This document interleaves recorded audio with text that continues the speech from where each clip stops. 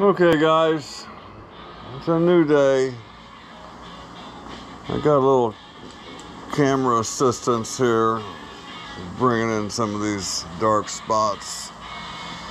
So the nuts that I lost are down in there somewhere. So I'm going to attempt to slide a magnet down there.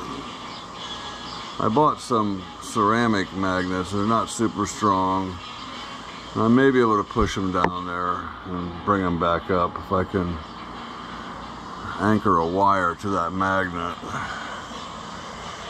But I did pick up some hardware, and I got some square bolts I think are going to be perfect. No need to machine them flatter. And I also got some so there's the thickness of them. These are what do they call the screws you use to tighten up? You put two screws on an item and then you have a second one that draws it, locks it in. Anyway, some purposely, made thinner nuts.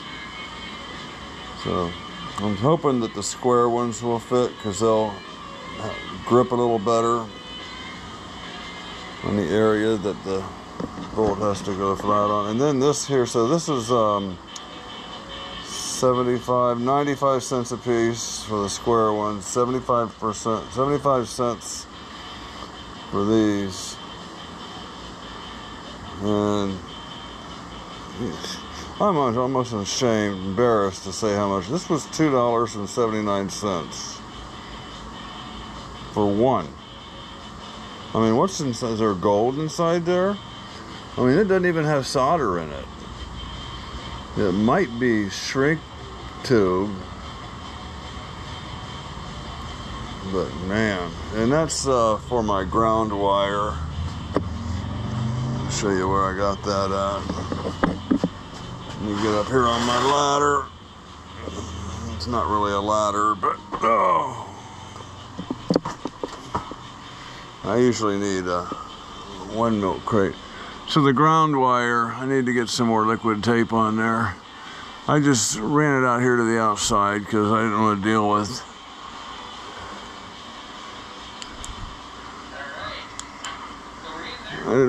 with unscrewing that one and adding to it.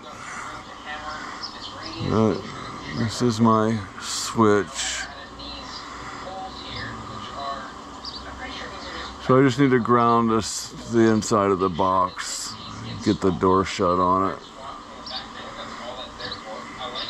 And that runs into the little shop, over to the breaker box. So I'm gonna be putting the vise on here shortly. And I'm going to use my brand new angle gauges, whatever, and set this up in my vise at an angle and create my wedge to drive that 30 taper.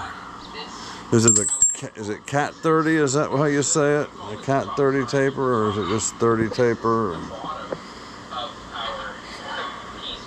I think I ordered like one of these deals here, a nebulizer. It's like real cheap, like less than $15, I think. A couple hoses and a little filter and. Okay, so yeah, I'm gonna go fishing for the original nuts that are inside this casing somewhere. And what I really need to do is support this from the ceiling, pull it off. But I'm pretty happy with the sounds of everything. Let me pause this and I'm going to get it all plugged in for you. Okay, I got the table set at 8 inches per minute. Well, there we go there. And I'm going to go. There we go. Go this way.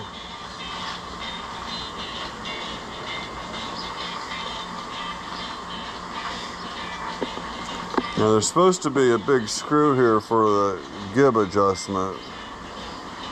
It's in the book, it's not on the machine. I got this from eBay. I'll get the seller's information in just a minute. It has a lubrication chart in here though, and that's what I want to show everybody.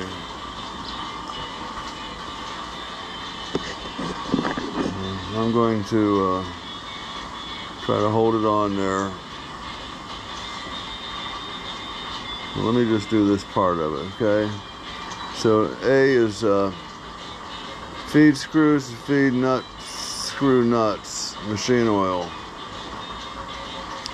Dovetails, number 2 soda soap grease or petroleum jelly. Elevation screw, machine oil. Table longitude feed bearing, machine oil. Overarm mechanism, machine oil. Quill bearings, machine oil. Where's all the fucking grease at? Dovetails, yeah, dovetails is what the hell am I looking at? Dovetails is grease. Everything else is machine oil. So I don't get it. I mean, these are dovetails. That's oil, man. And like I said, I got no gib adjuster here. This is the lock for the table. This and this. I don't know why there's 2 of them, but there is. Probably shouldn't be putting it on with the machine running. Okay, so let's go ahead and fire this thing up. I'm going to unlock the quill. There we go. And we're going to go for forward.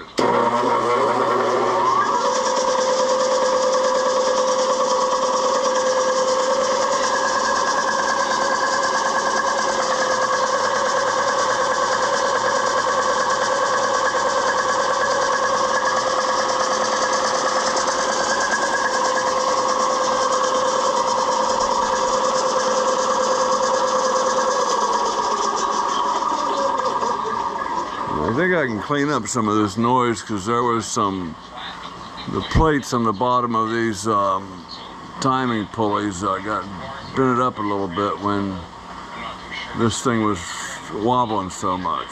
So I think I can clean those. They're a little bent up. I think I can turn it on and hold a file up there and just clean it up a little bit. Okay, let's go reverse.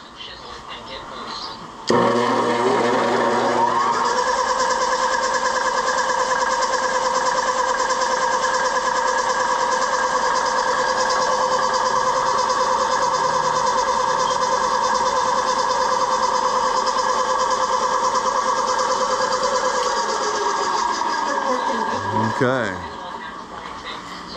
And this plate does have some information on it I haven't read yet.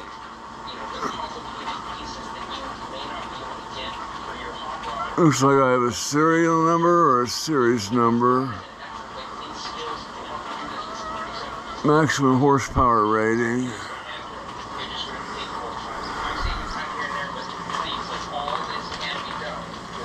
Reverse that feed.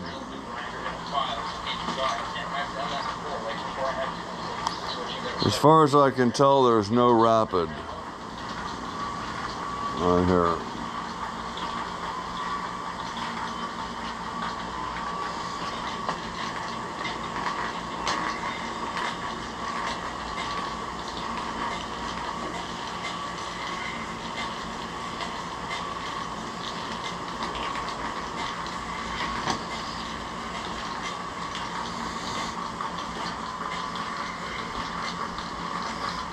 Need to figure out what the proper orientation for this is. And if here's the space for the stops. So if this should be acting up here somehow.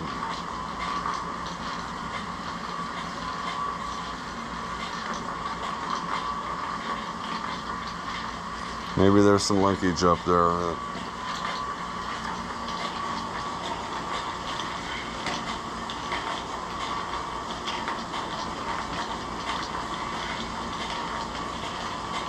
Okay. I'm going to do something different here too. I got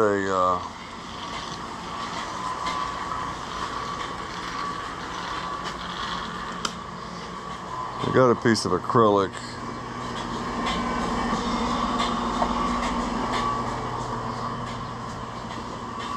So I will probably make a knob out of that.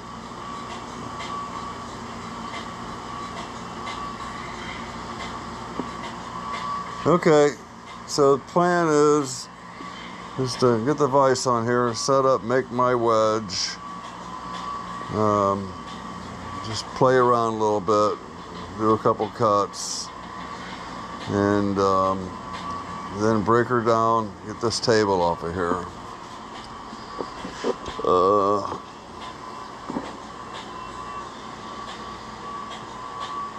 I have all this information here printed off from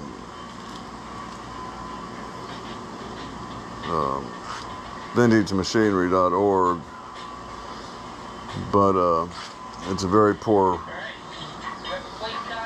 scan. So this is a lot easier to read. Of course, I only look at the pictures. They have a angled milling head, looks like. This machine comes with one version of it anyway, a hydraulic system.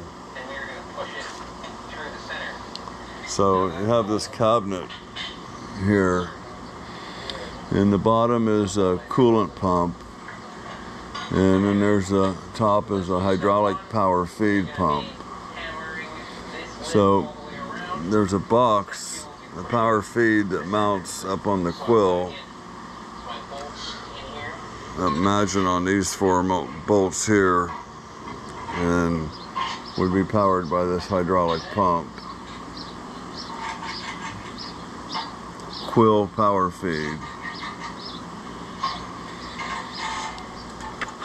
Some of the tools that came with the machine, and also there's this micrometer caddy, and you actually stack up these measuring rods in this slot, and then you can take your micrometer readings. So depending on how much of a measurement you're making, you add or subtract those rods.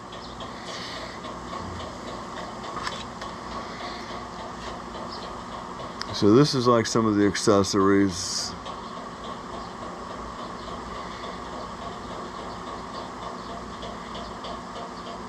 Looks like actually like a lathe attachment. A couple of different vices. They show that it comes with, I think, either 4 or 5 collets. They don't show any here. These are accessories. See what's in the beginning.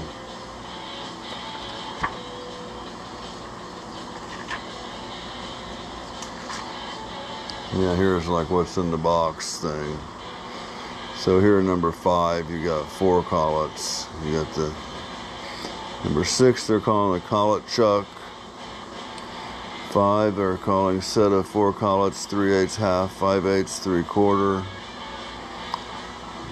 Crank for elevating knee and positioning the arms. Spanner wrench for collet chuck. Feed quill lever. T-wrench. Don't see a T-wrench there. It is 4. T-wrench for operating worm gear, angle head. I need to get me a T-wrench. Set of 3 Allen wrenches. Okay. As we're pulling it in, we're pushing the metal, towards the end here, so that you can actually physically push and shrink that edge. All right, guys. It's summertime. You can tell I'm leaking some sweaty stuff, some salty substance coming out of my skin. I got my summertime door installed today.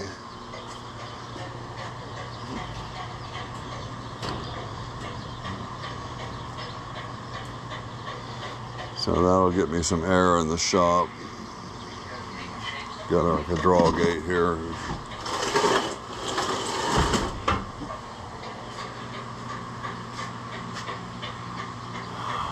She's beautiful, isn't she? I think I'm going to 86 this this box. Have Craig come over and rewire all that for me, maybe. I hate to have that man come all the way over here to do something that I could probably do. It's a coolant drain. I need to take these gib wipers off and see if there's some gib screws underneath there. This seems like it'd be a strange thing to do, because I can't find any gibs for the knee.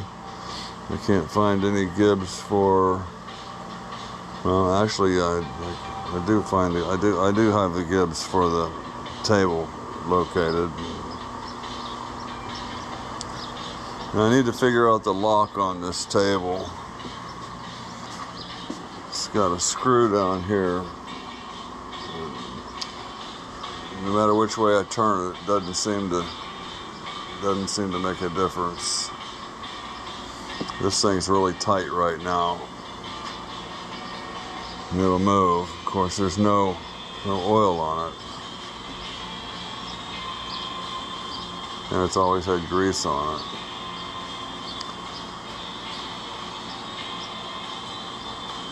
Knee moves very smoothly.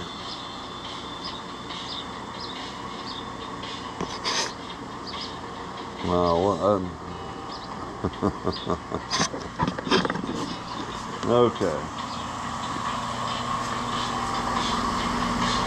I'll probably come back out here around midnight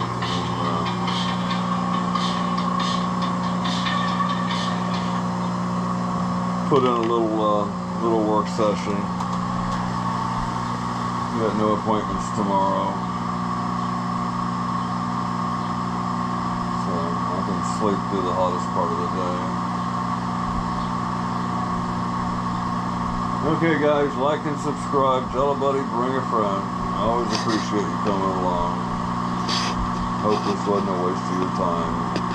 Found it at least somewhat interesting.